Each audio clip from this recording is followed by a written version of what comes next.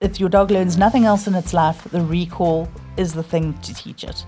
If that's the only thing he ever learns, teach it to come back when it's called.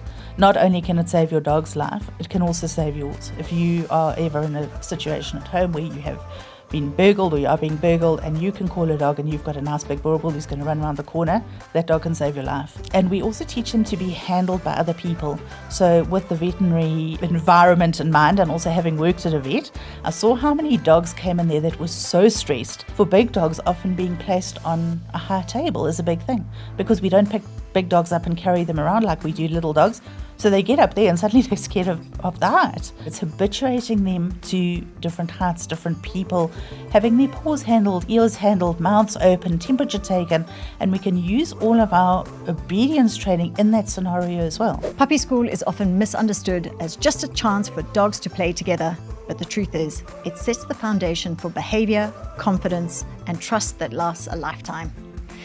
To help us dig into the myths, mistakes, and must-knows of puppy training, I am joined by Tammy Silva, an expert in positive, practical training approaches. Together, we'll answer the questions that every new puppy parent must ask, and maybe a few that they haven't even thought of. Before we begin, don't forget to like, follow, and subscribe to the Paws Effect Podcast so you never miss an episode. I'm Dr. Cara, your host. Let's get started. A warm welcome, Tammy Da Silva, to the Paws Effect Podcast. Thank you for joining me today. Thank you so much for having me. It's a real privilege. So there is a really important subject that I wanted to tackle today, and that is puppy schools, which is, I think, not spoken about enough by us as professionals, but it has such a dramatic impact on us as pet owners, but also as veterinarians. It absolutely does. And I think a lot of people underestimate that. Yeah, so important. So I'm going to start with the very basics. You run a puppy school. How did you get into this? What inspired you to pursue this interest? It was one of those things I fell into by accident. Actually, like a lot of things in my life. But it started off when I got my first dog as an adult. I'd had dogs as a small child, but not since. And I got a rescue golden retriever whose name was Benedict. And he came to me at the age of 5 months, having been never been socialized at all, never having left the property he was born on. And he was a very, very fearful dog. And I couldn't accept that for a breed that is supposed to be so friendly and love life and outgoing, that here I sat with this scared, wide-eyed, trembling puppy every time I opened the front gate.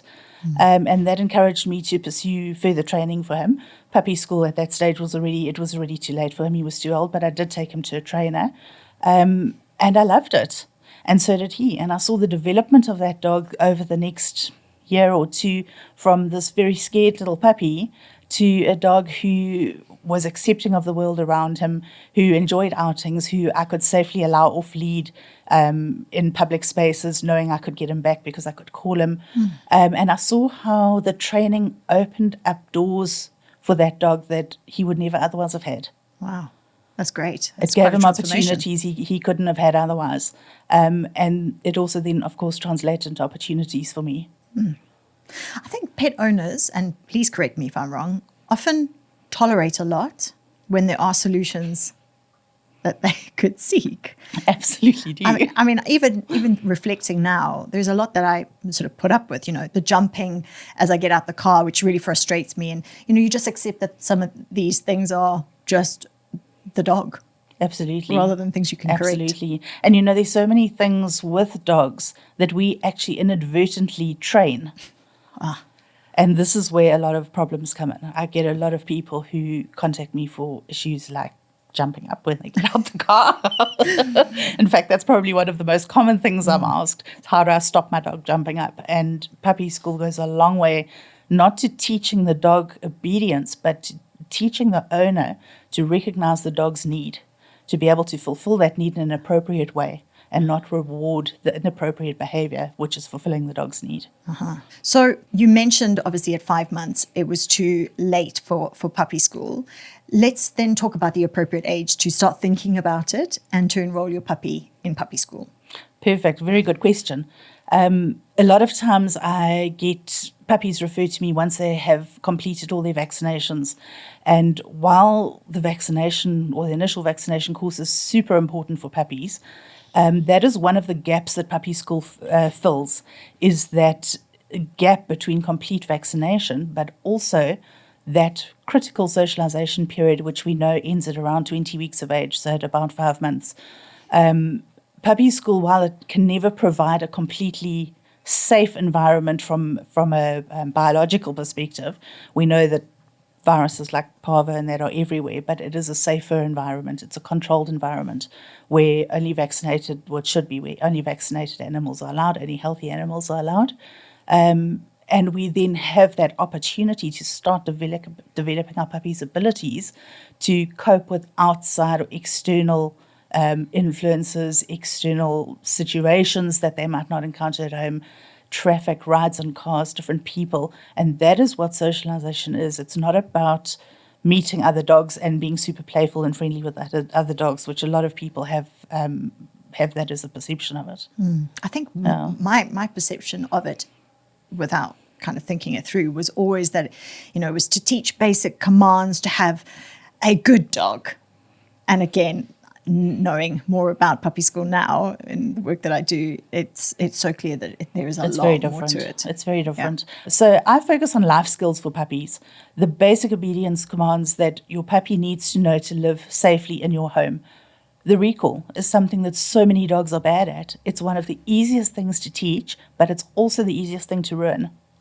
And many, many dogs have had their recall ruined or poisoned by owners repeating or punishing for bad behavior when the pups come back to them. Things like when the dogs run out the gate, it gets punished when it comes back. All of those things are telling your dog, don't come back, don't come back, don't come back. And it's something that's so easy to teach. It's something you'll use in every situation. It's something that opens opportunities for your dog. If you can't get your dog back when you call it, you can't let it go for a run loose on the beach or in the mountains when you go on holiday or anything else like that. So things like sit and down are nice to have, but critical obedience like the recall, walking on a lead, and the stay command are really your foundation of obedience. And most pet dogs don't really need much more than that, but they do need to respond to it, and the owners need to know how to develop that beyond puppy school, and that's where my job comes in. So you spoke about, obviously, puppy school, which generally starts with a group of dogs. None of them are born on the same day and they come together at the same age. What is the age that you accept them, sort of youngest and oldest within one group?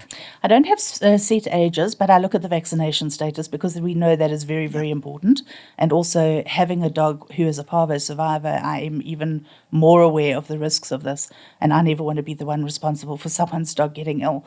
So the first vaccination is an absolute given. I like them to have at least 2, and then at least a 2-week wait after the second vaccination. For pups that can come at different ages depending on when the first one has happened. So that really is my criteria, is how far are we in the vaccination schedule. My cutoff is about 5 months, although for smaller breeds I will allow slightly older dogs. Although the socialization window closes at 20 weeks, we know it doesn't slam shut on the day. So we still have something to play with. Okay. For safety reasons, I obviously can't accept puppies that are like Great Danes at 6 months or a Border Bull or something, and then put that with a 12-week-old Yorkshire Terrier. It's just not feasible and not safe for anybody to be around. So that also plays a part in the limits that I've set for my puppy school. I understand that. And let's go and answer the big question, and that is, even before we're discussing puppy school, how important is breed selection in terms of matching dogs to homes or meeting the kind of expectations that you want from your dog? Are they, I'm imagining you can't have the same expectations, say, from a Jack Russell as you can from a retriever. This is so true. And it's a big bugbear for me because people very often choose their dog on an emotional scale, not on a practical scale. And time again, I've seen elderly owners who have chosen, for instance, a boxer puppy, but then can't cope with it when it gets to 5 months. Well, it's at 8 weeks, it's great, but get it to 5, 6 months or a year, and you've got a big, bouncy dog who has actually become a danger to them. So, yes, breed is a huge selection. but more importantly also is the dog's background. Okay. So often I will have people who've got a dog from a rescue organization, which is fabulous, and I take my hat off to anyone who rescues a dog, because that can bring in its whole own set of challenges in terms of training and habituating to living in an environment, especially if they've been in a kennel situation. And that's a labour of love to get a dog like that. But also because the majority of them are mixed breed dogs, we often don't know what behavior traits it's inherited. So we might get one that we're really lucky and it's inherited like 80% Labrador, but we might get one that's inherited 90% hunting dog, and the owner's got 10 cats, and now we've got a major problem. Wow. But we only discover these things a little bit later. And while puppy school and training further than that as well can mitigate some of these things, it cannot remove the genetic predisposition of the dog to perform those inbred or inborn behaviors. Yeah. And this is where the problems come in. So, I mean, this is something that we talk about both obviously behaviorally, and we don't necessarily have the full understanding from a behavioral perspective, not all veterinarians, unless it's your interest, but we talk about it from genetic predispositions to particular diseases, and even the brachycephalics in terms of the consequences of training and exercise and whatnot. But I know how important, and I know I've done it myself in terms of selecting a dog based on looks, and they're so cute, like having a bull terrier who wonderful, and I really enjoyed her, but then you have a child around and they start nipping their ankles, or there are knock-on consequences that I think Absolutely. A lot of owners don't necessarily understand, and then they end up in a position where they're having to make really difficult decisions. Absolutely. And the thing that happens as well is that and this again is something I teach in my classes, is it's not just about training your dog. We can train them to do certain things, but while we're training, we have to manage situations to prevent them from happening. So, for instance, you used jumping up earlier, and it's a great example because it happens so much and there's so many different parameters attached to it. But if we can't physically prevent our dog from jumping up, we need to be in a position where we can manage that situation. So when other people arrive, they obviously are not going to know the responses that need to happen to stop the dog or give the dog the correct message. So take the dog, put it on a lead, have some treats ready, have the treats ready to distract the dog from the people. If that's not going to work, take the dog to a different room. Take the dog to the backyard, but a lot of people don't do that. So the dog is only getting the correct message maybe 1 in 5 or 10 tries. It's completely confused. Sometimes it's being rewarded for the right behavior, sometimes it's not, and it has no idea what to do. And then it gets labeled stupid or untrainable or whatever it is, and often a lot of those dogs land up back in shelters, sadly. And these are all things that can be avoided. All things that can just be avoided by not even formal training. You don't have to put a lead on your dog and say, right, and I'm going to train you. It's just consistent responses to your dog's behavior. And if your dog gets the same message every time, the dog is going to start offering behaviors where it knows it can get what it wants. So we have a situation where we've got a puppy, we've got great intentions, and I know most people really do. They really want to do the right thing. And they say, okay, the vet or whomever's advised, the breeder, the friend, it doesn't matter, is advised they take them to puppy school. How would you advise pet owners select the correct puppy school for them? And what are some of the red flags in terms of saying, this is not really what I'm looking for? How do you know you're going to associate yourself with the right puppy school? The first thing to look at is the trainer somebody who is following the most acceptable ethical standards of training at the moment? And are they keeping up with the latest training trends and ethics with it? There are too many people who have been training dogs for the last 100 years who are still stuck in 100-year back training. And those, while yes, the methods do work, we've got to ask ourselves, are they the kindest methods? Are they force-free? And is it positive reinforcement or is it negative? From my perspective, I use only positive reinforcement training. I don't use any aversive techniques ever. I have never had a dog where I've had to, yet.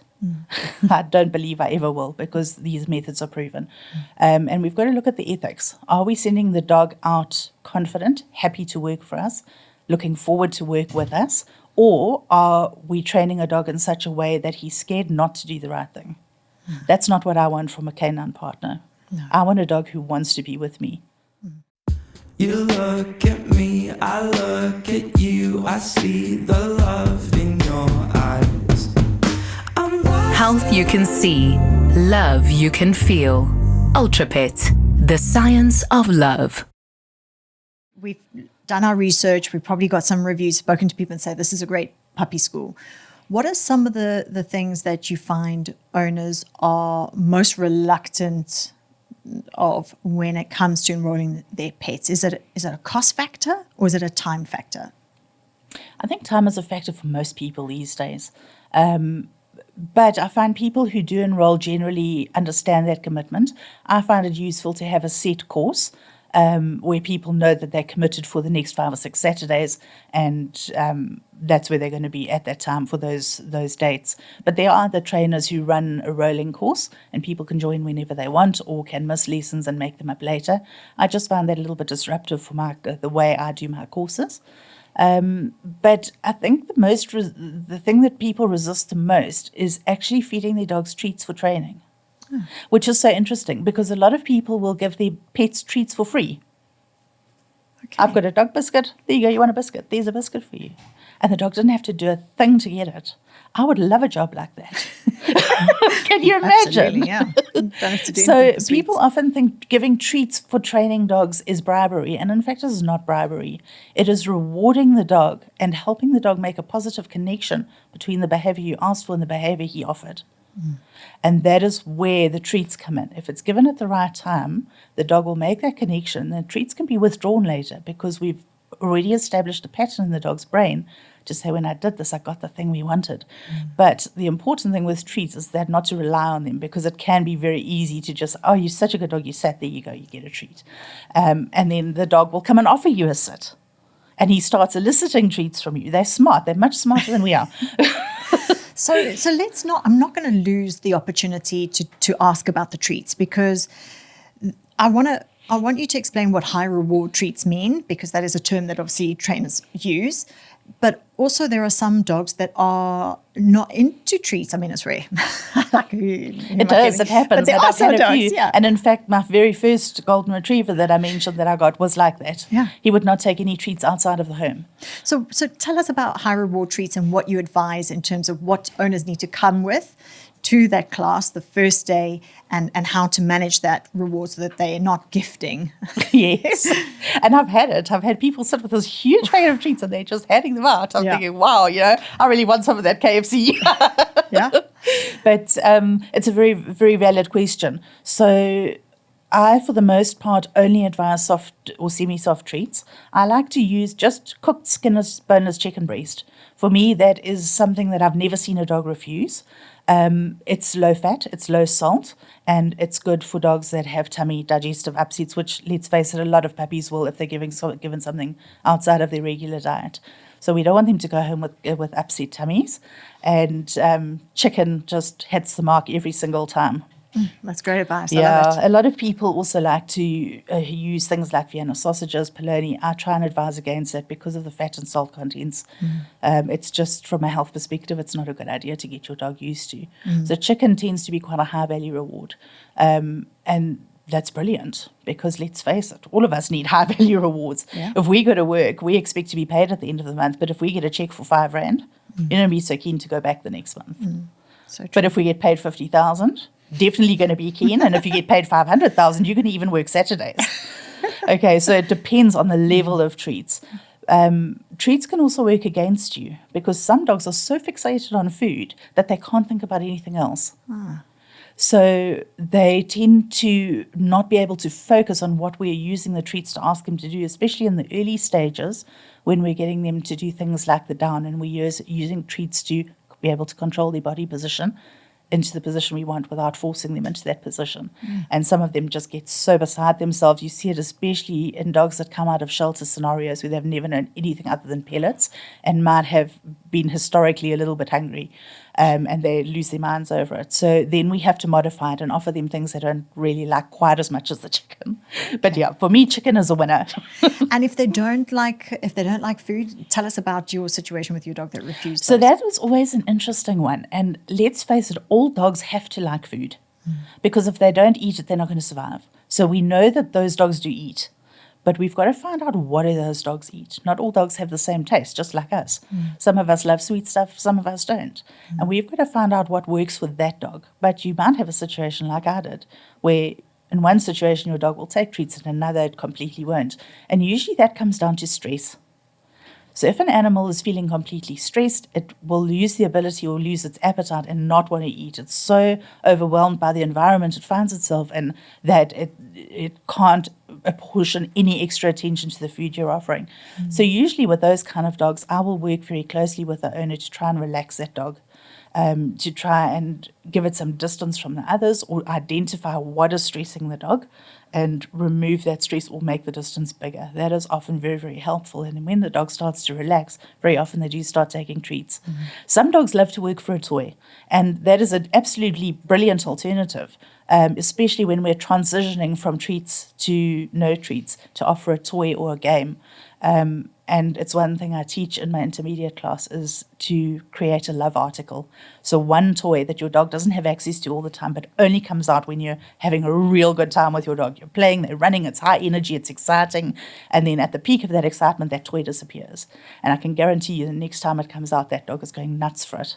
Oh, wow. Yeah, so it can be a very, very valuable tool. And in many ways, we can reward dogs. We can reward them with our voice, with eye contact, by touch, affection, a game.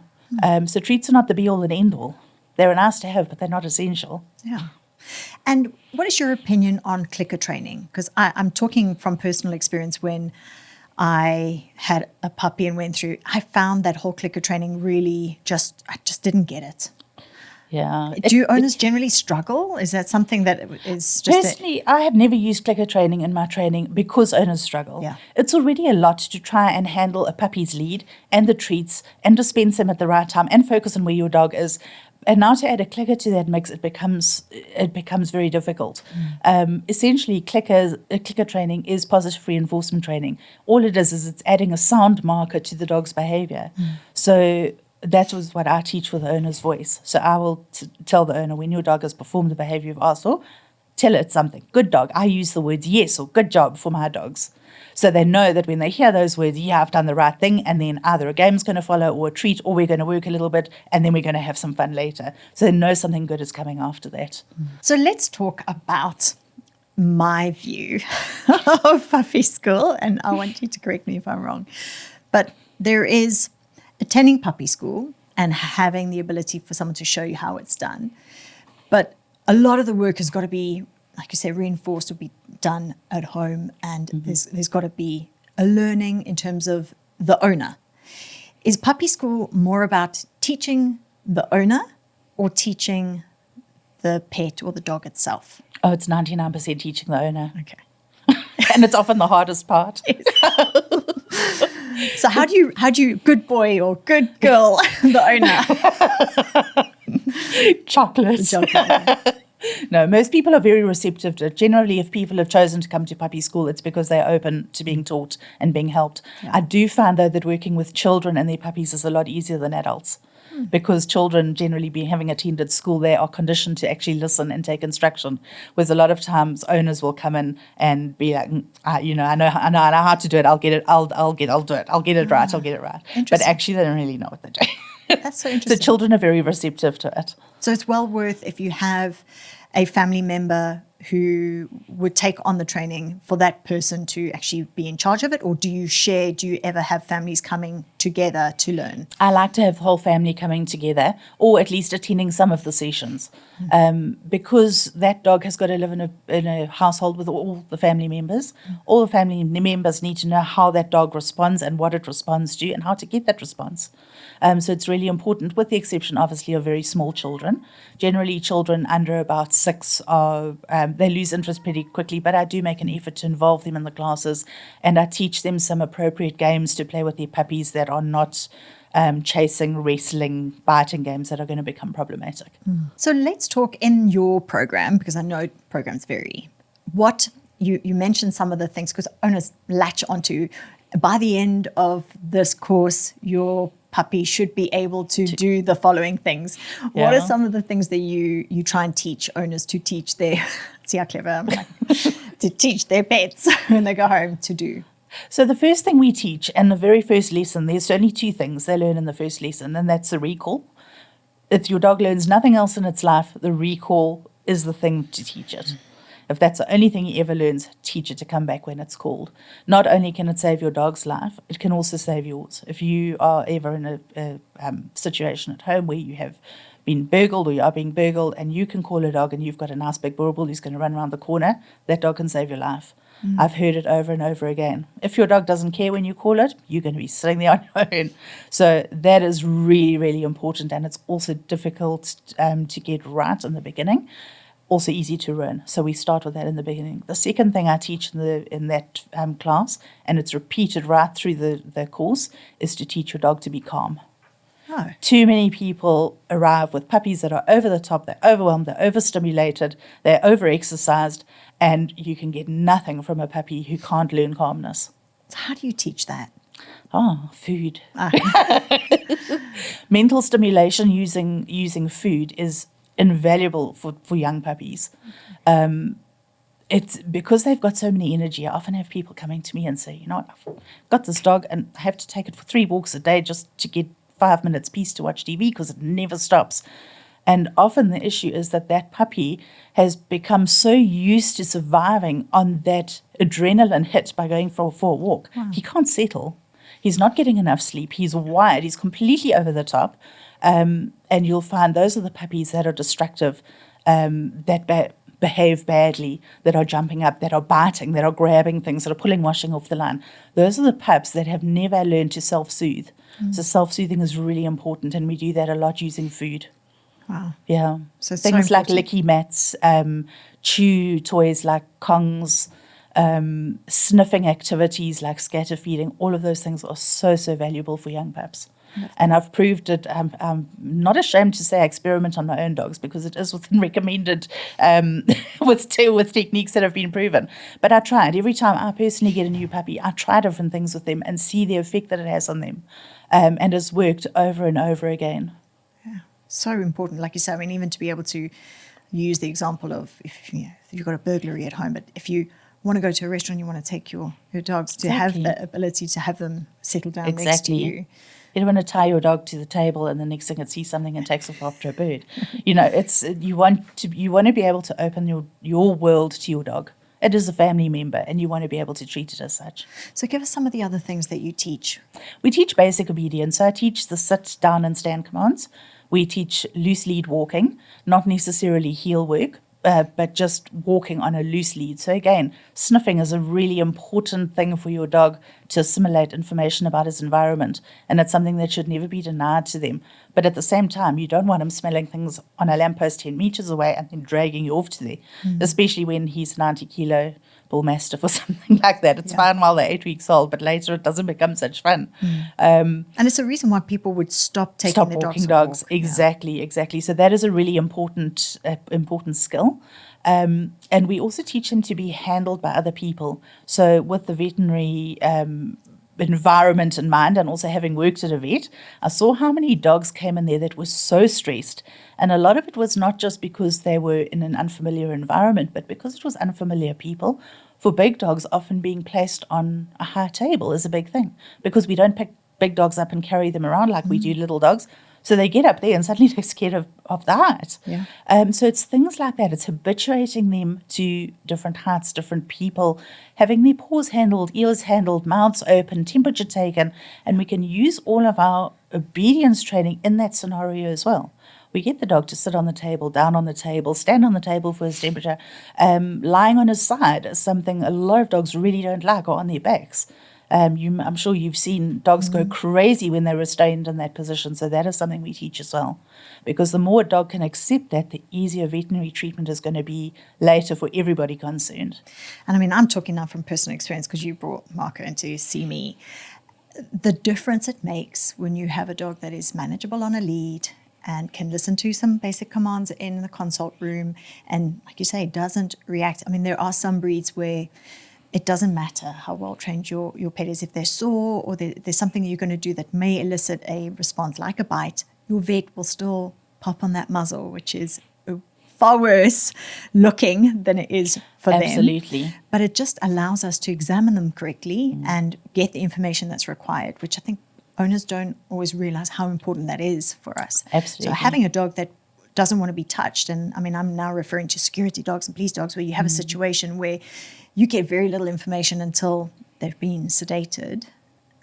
This can make a big difference. Ideal. No, it's not ideal. Yeah. And, being muzzled is part of the socialization process as well. There are going to be instances where your dog might have to be muzzled. No matter how well trained it is, the dog that's in severe pain will bite. And muzzling, I always leave up to the vet's discretion. A few times, as you know, Marco can look quite scary. And a few times I've taken him in for things like blood donations or whatever, and they have said to me, will he bite? And I can't say he won't, because he's a dog, not because he's a German Shepherd and not because I know he's aggressive, but because he's a dog. Yeah. And dogs respond like dogs. So if you're in doubt, leave it up to your vet's discretion, because I promise you now your vet can see it in the eyes before you do. Yeah. So allow it. Human safety always comes first. It's not traumatic for the dog, I promise. Definitely not. And I don't know why there's such a negative association with it, but it's still something that people really don't like. Yeah. And I hope that the more I talk about it, the more I reassure them that it's not bad. It doesn't. Muzzle training is a good thing to teach your dog, especially if you've got one of the larger breeds that can do a lot of damage if they should turn around and bite. Just because your dog never has doesn't mean your dog never will. So muzzle training, very good idea. It's something you can do at home even without a muzzle. We can do it with a bucket. You can choose a bucket or a flower pot where your dog's face fits into. Put some peanut butter or cheese spread or something at the bottom and get your dog to put his face in to lick it out. Very good way to teach muzzle training. Yeah. You can use a simple circle of clothes elastic, twist it into a figure eight, popped over your dog's nose, crossed over and popped over behind his ears. Feed him treats while he's wearing that. You're teaching your dog that having something on his head is actually okay. And you remove a lot of the fear for him if that ever becomes a scenario. That's great advice. Thank you. I think it's such an super important easy topic to do. And all these things take is just every day 1 or 2 minutes of attention on your dog. So one of the things that I have noticed is a lot of the puppies that enroll in puppy school drop out. How do you encourage owners to and teach them the benefit of the value? Yeah, and the value in what you're doing, and to stick it out and to have that kind of compliance to finish the course? It can be a tough one because life happens. I think from my perspective, I'm quite strict. So I don't allow them to drop out, and I make it very clear at the beginning of the course that if they miss more than one lesson, their puppy can't graduate. I also tell them what they'll learn across the course so they know in each lesson what they're going to be getting. And I've found that is very helpful. I find that a course that's too long encourages more dropouts or more missed lessons, just because everybody has a busy life. So I try and condense really the very basics into that 5-week course and then encourage them to come back for intermediate training at a later stage when the pup's a little bit older, if they want to further neaten up the training. I like the fact that you start with the critical stuff first, because I think some of the courses that I've seen, and I'm sure there is a reason for it, because learning simple commands can become easier than as you deal with some of the complex or the tough stuff to teach. But I like the fact that you start with the really important things, because it just shows the value very early on. It does, and often that's all the puppy gets. Some people can't commit to more than that. So if we're going to give the puppy any education, let's give it the very basics, the foundation of what it needs to be built on later. And historically, the very basics was teach your dog to sit. A lot has changed, thankfully. Yes. A lot of times teaching the dog to sit 50 years ago was using a choke chain and ripping its neck. Yeah. That, thank goodness, has changed. Yeah. So let's talk about the comment that people go, it's too expensive. How do you justify the fee for these schools? Because it's not me. I see absolute value in it. And I think actually people are not paying that much at all for what they're getting. But how do you explain it to owners who say that? To be honest, I've never had someone say that to me. And I'm not sure why, but I think once somebody has picked up the phone and made that call to you, they're already halfway committed. It's just to give them or show them the value of what they're going to be getting for those lessons. And if you break the fee down into lessons over the 5, 6, 8, however many weeks the puppy school goes over, it actually does not boil down to a lot of money at all. No. It's probably cheaper than going out for a cup of coffee and a slice of cake per lesson. And at the end of it, you're getting a puppy that, if you've done your practice, you're getting a puppy who has got a much better prognosis for a happy, safe life within the human environment, because ultimately that's what we're teaching them to do. We're teaching them to live within our living parameters. So that's invaluable. I don't think you can put a price on that. No, I agree. What you do is more than puppy school. And I think this is something that I would urge the listeners to be aware of.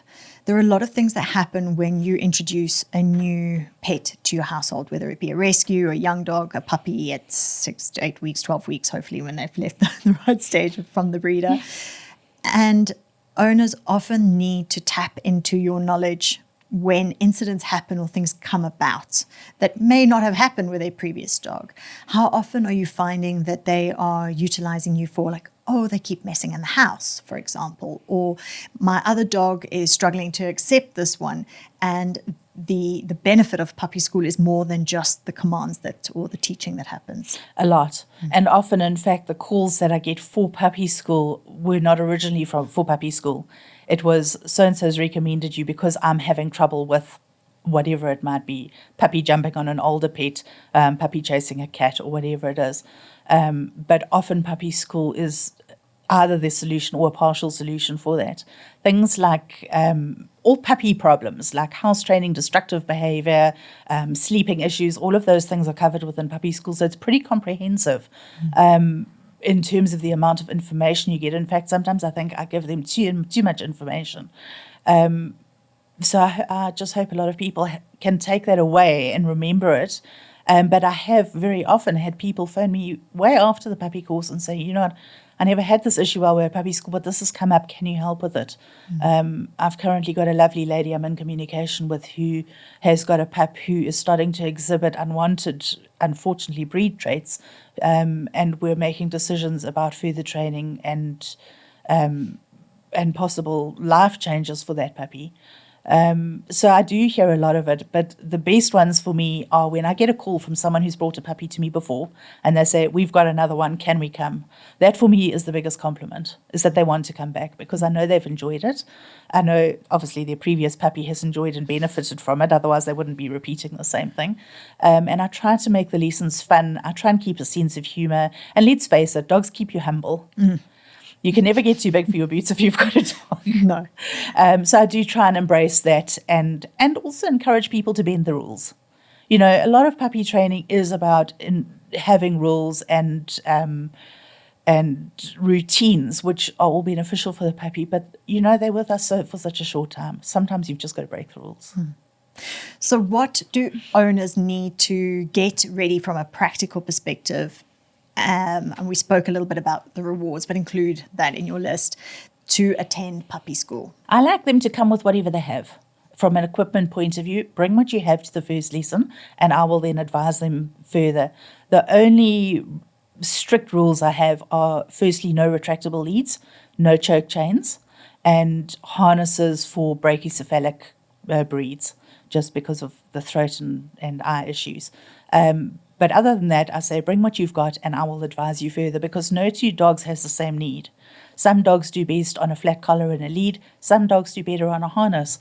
And harnesses as well come with their own set of problems in terms of fit. And I often have people pitching up with a little puppy and they've got a harness that's 4 sizes too big because it's going to grow into it. But that doesn't help you be safe now.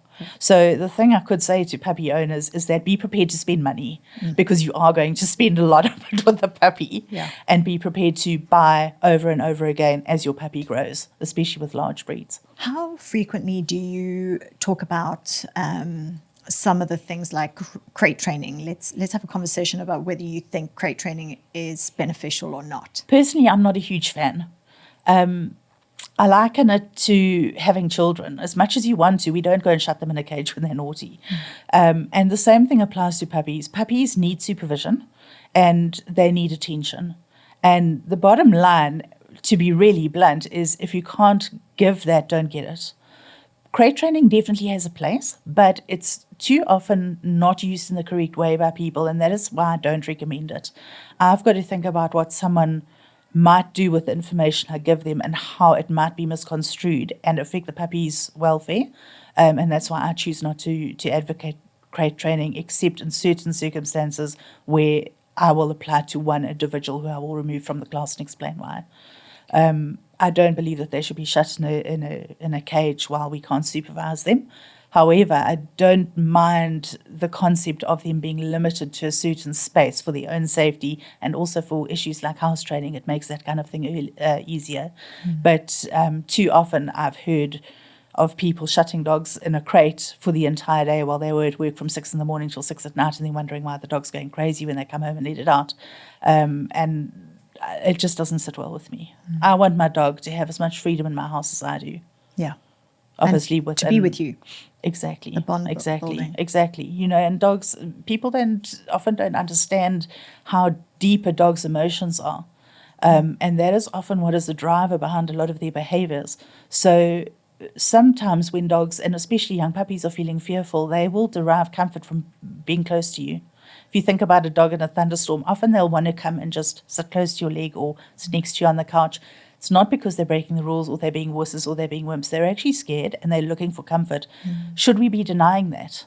I don't believe we should. And if we've got our dogs stuck in a crate in the corner of the room, they don't have that freedom to express those emotions and know that they're going to be listened to. So I want to just take an opportunity to tap into some of your top advice, especially for people who can't attend your puppy school. Some of the things that we get asked a lot, how do you manage biting in young puppies? Biting is such a common one. And often it comes down to those puppies that are completely overstimulated. Food can be a big issue with biting. A lot of puppies that bite around meal times, and often it's puppies that need to be fed slightly more meals a day. Very often we'll get a puppy from a breeder and the breeder will say, right, we've been feeding this puppy 3 times a day. We take it to the vet for its vaccination and we say to the vet, how often should we feed it? And the vet says 3 times a day. So we're feeding it 3 times a day. And it's great because the puppy's looking good, the body condition is excellent. But in between, that puppy is chewing up everything. It's ripping up the toilet rolls. It's biting your leg as you're walking down the passage. And mostly that comes down to a puppy that is trying to displace that feeling of being hungry. Because remember, while they were with the breeder, even if they were getting 3 meals a day, mom was probably still around. They were still probably suckling little bits of milk from her in between those meals. And now suddenly we feed them at 6 a.m, feed them at 6 p.m, feed them at lunchtime, and they've got these long stretches in between meals. And if we think about ourselves, if you're starving hungry, you can't settle down and sleep and be calm. You're pacing, you're irritable. We're looking for something all the time, and that is very often what we see with young puppies. So my advice would be, if you've got a very young puppy, and especially the large breed puppies, I like to feed my pups starting off at least 5 times a day. If you get to a point where they're happy to leave some of their food or walk away for it, or they don't really want it, then great. They're telling us we're completely satisfied. I'm completely happy like I am. Then remove one of the meals. But that for me is a big thing. So that's taking the daily allocation and dividing it into 5 Correct. meals. Please don't feed your dog 3 times a daily allocation. And I have had someone do it. I have to be pretty clear about that. But yes, 24-hour portion divided into 5 small portions instead of 3 bigger ones. Very beneficial to many dogs. What is your feeling on things like puzzle feeders and toys that are promoted to stimulate these young dogs? They're wonderful. You like them? They're wonderful. They engage all of the dog's natural foraging instincts that we can't offer them by chucking them out and letting them hunt for a buck in the reserve. So by offering them that, we're giving them the opportunity to hunt their own food. They have to figure out what they have to do to get that food. Do they have to move this? Do they have to move that? And it doesn't have to be things that are expensive and cost a fortune. Something as simple as a bath towel is a brilliant way to feed your pup. If you scatter all his pellets on the bath towel and you twist it up into a twist, put it on the floor, and now your pup's got to figure out if he pulls that corner, or a pellet falls out. Maybe he shakes it and a whole lot fall out, and he thinks, oh goodness, all this food's coming out of heaven. And he runs around and sniffs all of those things. It's engaging the natural sniffing, the foraging for food. His head is nice and low, his body language is calm, and you can actually watch puppies. If I encourage anyone who's got even an adult dog who is very over the top, very excitable, take a handful of food, throw it in the air, let it land on the floor, and watch how your dog's body language changes. You will see the whole shape changes. The muscles relax, the head goes down, the ears relax, the tail and the back end becomes loose while he's looking for that food, even if he's really excited about it. And all of those things are helping to calm your dog down and teach them also perseverance and persistence. How do we go about introducing a new pup? I'm not so concerned about the dogs in this question, but to cats. This is always a good one. And I usually hear about it when it's gone wrong. Yeah. And it can. The important thing here is what we said in the beginning about breed choice. We cannot choose to bring a dog breed into our house that has got a known high prey drive. For instance, the sighthounds, a lot of the working breeds. It's a recipe for disaster. You might be okay. And a lot of people say to me, but you know what, I've had 10 border collies before and I've never had a problem, but this one is chasing cats. It doesn't mean because they never have, it doesn't mean they never will. So very important to manage the situation super carefully from the time that puppy is brought into the house. And even then, it's not a guarantee later. Sure. So breed selection. And if you think that, okay, you know, I'm aware I have cats, I've made the right decision. Obviously, every dog has the ability to take interest in the cats. What are some of the things that you encourage in terms of just even first introductions so that they are friends ultimately? A lot of it depends on the cat. And a cat that will stand its ground against a young puppy and give it a good smack is often a great deterrent. The problem is stopping cats running, because obviously a running animal the puppy is going to want to chase it. And it's the same with us. If you run in front of a young puppy, it's going to chase you. So I do encourage people who have got small pets like that, if they're adopting or purchasing a puppy from a breeder, I strongly encourage getting it from a registered breeder who's doing temperament tests on that litter before they're homed, because a lot of those issues can be picked up when those temperament tests are done and before the puppy is chosen. I've been involved with someone who breeds golden retrievers for a long time, and although we've got all of those dogs the same breed from the same parents with the same traits, they vary vastly from each individual in the litter. It's astounding the difference that you get. And based on that, it can be the make or break for your puppy succeeding in your home or not. Absolutely. I mean, can you imagine? We can even do it on any breeds, even mixed breed puppies. You can do temperament tests. And it's something I've done for a few people before, where they've asked me to go to a rescue. They've specifically wanted to adopt a dog from a rescue. And I've gone and assessed the puppies that they have available and said, right, I think that one's going to be okay for your circumstances. Stay away from that one. You're not the home for it. So far, it's worked out every time. And I wish people would use that service more when they're considering adopting a dog, because it can mean so much higher success rate, which means fewer returns to the rescue. And we all know the SPCA and other rescues are full of dogs that are rehomed, returned, whatever, because it didn't work out. It's awful. Yeah. It's awful on the dogs and it's awful on the people. Yeah. Before I lose the opportunity, because I know we're running out of time, and I know potentially in future we can tackle some of these behavioral issues in more depth.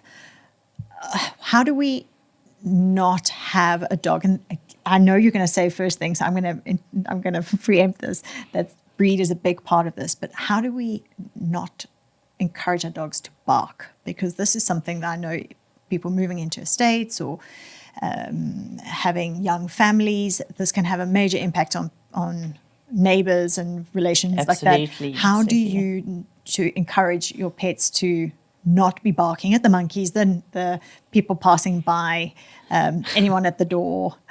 I'm probably a bad person to answer this because my dog's go ballistic for the monkeys and I can't stop them. Okay. How do you try to stop them? Okay. A lot of it, again, comes down to management, to preempting those things happening which would stimulate the dog to bark, and then providing your dog with an alternative activity, either by bringing them inside or providing some scatter feeding or a chew toy, something to divert them from that, whatever they were going to be interested in. Remember, though, is when you're doing that, it has to be something that's more interesting than what they were going to chase or bark at, which can be quite a challenge. I've failed miserably with the monkeys, I'm not going to lie. No, I get it. Totally get it. And I think so, yeah, you've got to be aware of those things. And especially if you're going to let your dog off lead in areas where there could be a monkey or something, you've got to be very aware of that if your dog has got a trigger that just sends them over the top, because it can be problematic. I think the thing I do that I'm aware that I'm doing wrong is I shout at them. So I join the barking. You join in. Yeah. I'm just like, and they stop love it. barking. They're like, yes, she's barking with us. This is great. So depending on what they're barking on, barking at, a better way to handle it would be to offer them something different. That's where something like creating the love article we spoke about in the beginning, that can help. I know with my dogs, if I bring out a ball, I have instantly got their attention. Funnily enough, even if there's monkeys. So that can be very, very useful. And I like to use a toy that's got a squeaker, because if your dog has made an association between that sound and he's at a distance from you, showing it to him he's not going to see very much from 100 meters away, but if you squeak it, and in fact, this has worked in my favor before. I had an instance where we were burgled and our front gate was broken down. And all 4 of my dogs were out on the road. And I got a phone call from my neighborhood watch to say, your dogs are on the road. Nearly had a heart attack, head home from work, which took me 15 minutes. But I had that love article toy in my car. And when I got near our house, I didn't see the dogs anywhere. They were gone. And I got out the car, I called them, and I squeaked that toy. And I saw 4 dogs rocketing from the side roads coming back home for their toy. So that is absolutely invaluable. It's a really, really great thing to teach your dog. Wow. And it gives them such joy. That's so clever. It's like a whistle. Yeah. It is, but it's much more fun. Much more fun, yeah. Associated with something they love, and particularly dogs that retrieve or enjoy the ball. If my listeners want to get in contact with you, where can they find you? How do they contact you? Do you offer personal lessons? Tell us a little bit more about. At the moment, I don't offer private lessons. But I do offer puppy classes on a Saturday, and also an intermediate class, either for puppies who have completed my puppy course or for dogs that I have arranged a private assessment with beforehand. Because it's a big group, I obviously can't just take any dog which hasn't been through a socialization process, but I normally do an assessment. Some of them come a little bit sketchy, and we're able to actually integrate them into the class, which is great. I've currently got a lovely little border collie, which we've done that, who was adopted from the SPCA, and she's doing super well. So they can contact me either on my cell phone or by visiting my Facebook page, Upper Highway Puppy Group, or by email, k9tammy@gmail.com. Fantastic. Well, we'll put all those details in That'll the be notes great. so people can contact you if they're local and they need you. But hopefully there's been a wealth of information that they've gained. I would from love this to see more conversation. puppies going to puppy school. Me too. I feel every puppy should go through it. And it's not because we want to turn our puppies into social butterflies, because we want to give them coping skills for the lives that they're going to lead forever. And that's really what it boils down to. I just think that the enjoyment that you then get from that pet is, I mean, we love them anyway, despite some of the bad behavior. To be able to have a dog that really can be part of your family and, be with you at times where otherwise you would have to exclude them. Absolutely. Is a gift. There's nothing as sad as a dog's face when you're driving out the driveway and leaving them behind. Yeah. Nothing as sad as that. So take them with you. Thank you so much for your time today. I know you're a very busy lady. It's such a really pleasure. It was appreciated so lovely to have an excuse to come out. Well, it's been great. And so I would encourage the listeners to contact you if they're getting new puppies, and to do what they need to get their puppies on board. Understand that it's a bit of a process, but the investment in puppy school is well worth it. It's well worthwhile. Thank you so much for having me. Thank you, Tammy. It's been lovely. So cool. Thank you so much for tuning into today's episode on the Paws Effect Podcast. If you found the discussion helpful, please like, share, and follow our podcast. Don't forget to leave us a comment or review. We love hearing from our listeners. Remember, you can listen to us on your preferred podcast platform. Welcome back to Just for Pets. You're with Dr. Cara. Hi, Doc. It's Jackson the Jack Rossi here, and boy, am I itchy. Are you on a hypoallergenic diet? Hyper what now? Changing to a special diet will really help. And Just for Pets have a massive range. And flea and tick medication, special shampoo. Ooh, how quick can you get some? Order today and we'll deliver pronto. I feel better already. Justforpets.co.za. Vet approved, pet adored. Get it all to your door.